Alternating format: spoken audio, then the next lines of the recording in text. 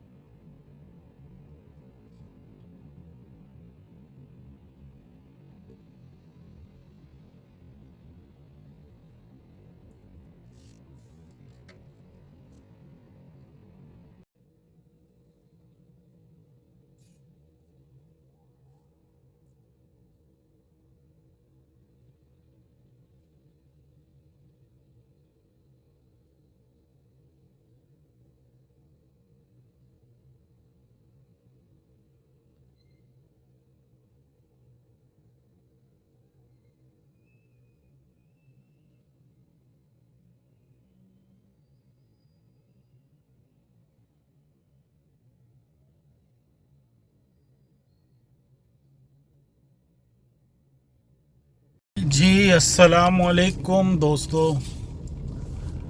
محمد حمزہ کے پاس سے بھی گھر پہنچ گئے ہیں. میں نے مسز کو گھر پہ ڈراپ کیا ہے اور میں خود بازار کی طرف آیا ہوں. ایک دو کچھ چیزیں لینی تھیں تو میں نے کہا آپ اترو اور میں لے کر آتا ہوں.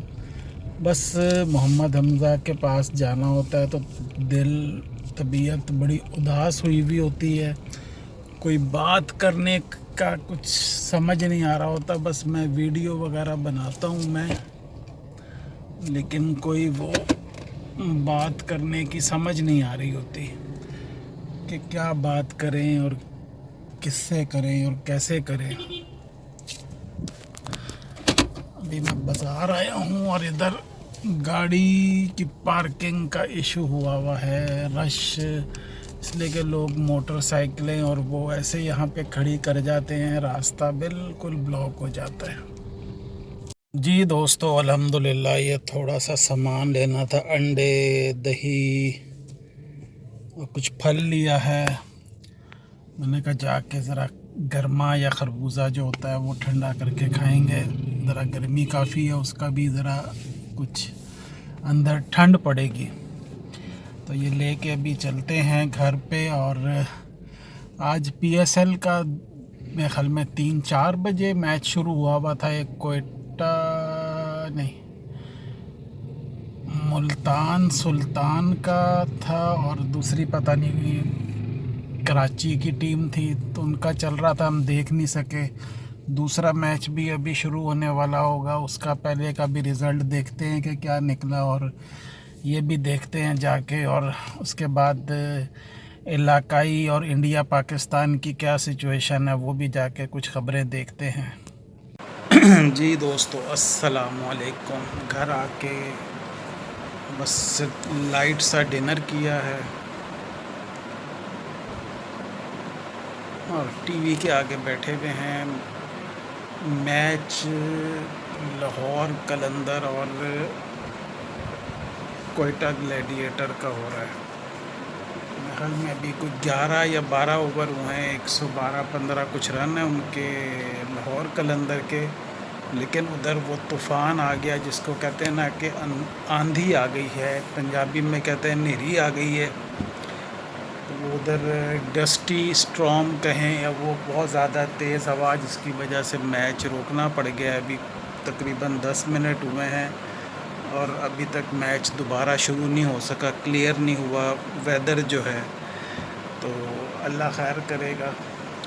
دوسری چیز کہ انڈیا پاکستان کی جو ٹینشن چل رہی ہے اس میں کل رات سے تھوڑی سی کہتے ہیں نا کہ ٹھنڈا ٹھنڈا سا ماحول مجھے فیل ہو رہا ہے کہ کچھ وہ ہوا اس لیے کہ کچھ جو ممالک نے بیچ میں اپنا اثر اور رسوخ استعمال کرنا شروع کیا ہے بات چیت میں تاکہ ماحول کو ٹھنڈا کیا جائے. جس کی مجھے رات سے ہی کچھ جب میں ٹی وی دیکھ رہا تھا میں نے کچھ نیوز سنی تو مجھے کچھ محسوس ہوا. لیکن ابھی کچھ کہہ نہیں سکتے کہ اچانک سے کوئی ایسی وہ نام معاملہ ہو جائے.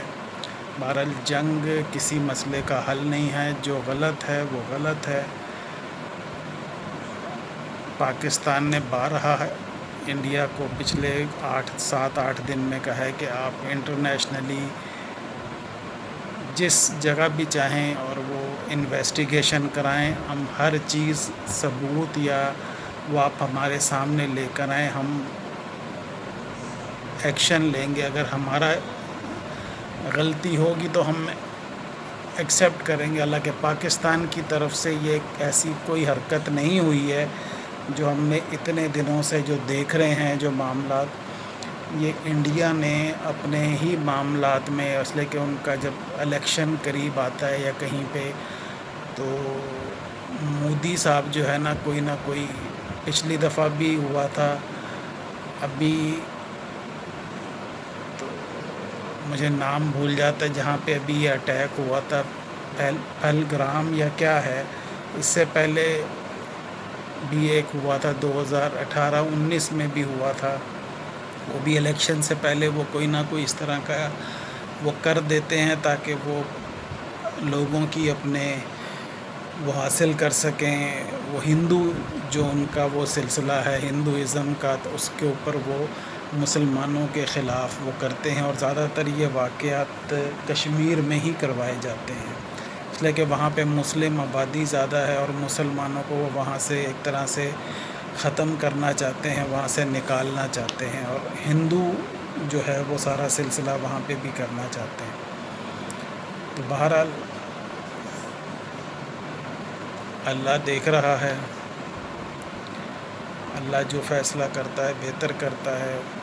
وہاں پہ ظلم بھی بہت کیا گیا. وہاں پہ ان کی فوج کبھی 7 لاکھ کا سننے میں آتا ہے کبھی 12 لاکھ کا. اتنی فوج ہے کشمیر میں ان کی. اور جہاں یہ واقعہ ہوا ہے وہ پاکستانی بارڈر یا LOC جو لائن ہے وہاں سے کل جو پریس کانفرنس میں 230 کلومیٹر ہے. 230 کلومیٹر ہے. تو یہاں سے اگر پاکستان نے مثال کے طور پر اگر کوئی وہ ایسی بات کی ہے تو 230 کلومیٹر جانا وہ اور اتنا دشوار گزار پہاڑی علاقہ ہے وہ ایک دن کا کام نہیں ہے. اور پھر وہاں سے کر کے نکل بھی جانا اور 7 لاکھ یا 10 لاکھ 12 لاکھ فوج ہے وہ پکڑ بھی نہیں سکے ان کو. اور وہ وہاں سے اپنی کارروائی کر کے اور وہ چلے بھی گئے خاموشی سے. اور کسی نے کوئی ان کو پکڑنے کی کوشش نہیں کی یا ان کا پیچھا نہیں کیا. تو دنیا اب بہت سمجھدار ہو گئی ہے. عام پبلک بہت سمجھدار ہو گئی ہے. سوشل میڈیا اتنا ہے کہ وہ ہر چیز کو سمجھ جاتے ہیں. وہ آج کل کا دور نہیں ہے کہ پہلے خبریں بھی دوسرے دن اخباروں میں آیا کرتی تھیں. تو اب تو لائیو کوریج چل رہی ہوتی ہے. ہر جگہ سارے معاملات ہوتے ہیں. اور ایک ایک پل پل کی ساتھ ساتھ خبر جو ہے وہ دنیا کو ملتی رہتی ہے۔ اللہ بہتر کرے گا، ان کو بھی اللہ تعالیٰ شعور دے اور عقل دے۔ تو دوستو ابھی میچ کا انتظار کر رہے ہیں، میرے خیال میں میچ ابھی تک رکا ہوا ہے، اور کتنی دیر لگے گی ابھی یہ نہیں پتہ۔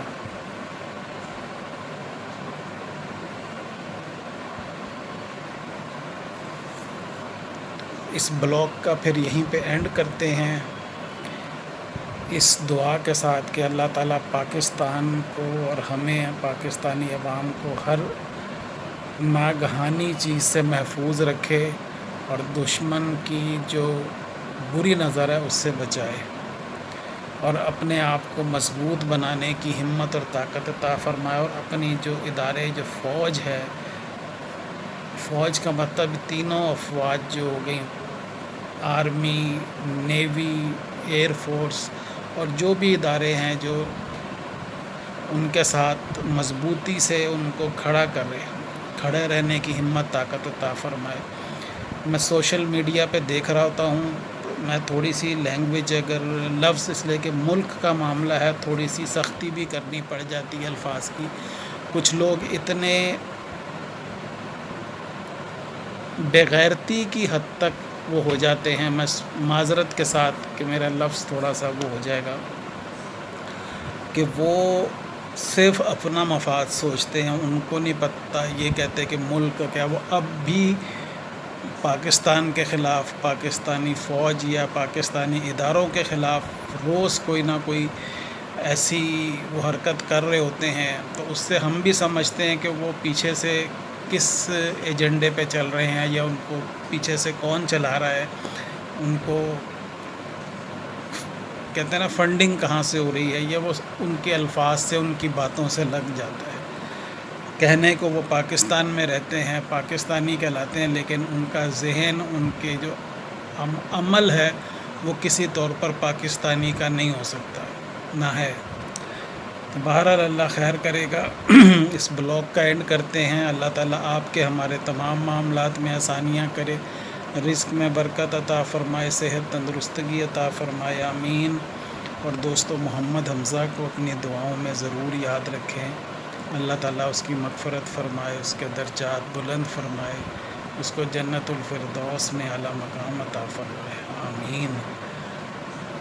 اور ہمیں اپنی دعاؤں میں ضرور یاد رکھیں، ہمارے چینل کو سپورٹ کریں، ہمیں سپورٹ کریں، ہمارے ساتھ زیادہ سے زیادہ سبسکرائب کریں، لائک کریں، شیئر کریں، ویوز کے ساتھ لائک ضرور کیا کریں۔ انشاءاللہ آپ سے نیکسٹ بلاگ میں ملاقات کرتے ہیں، تب تک کے لیے اللہ حافظ۔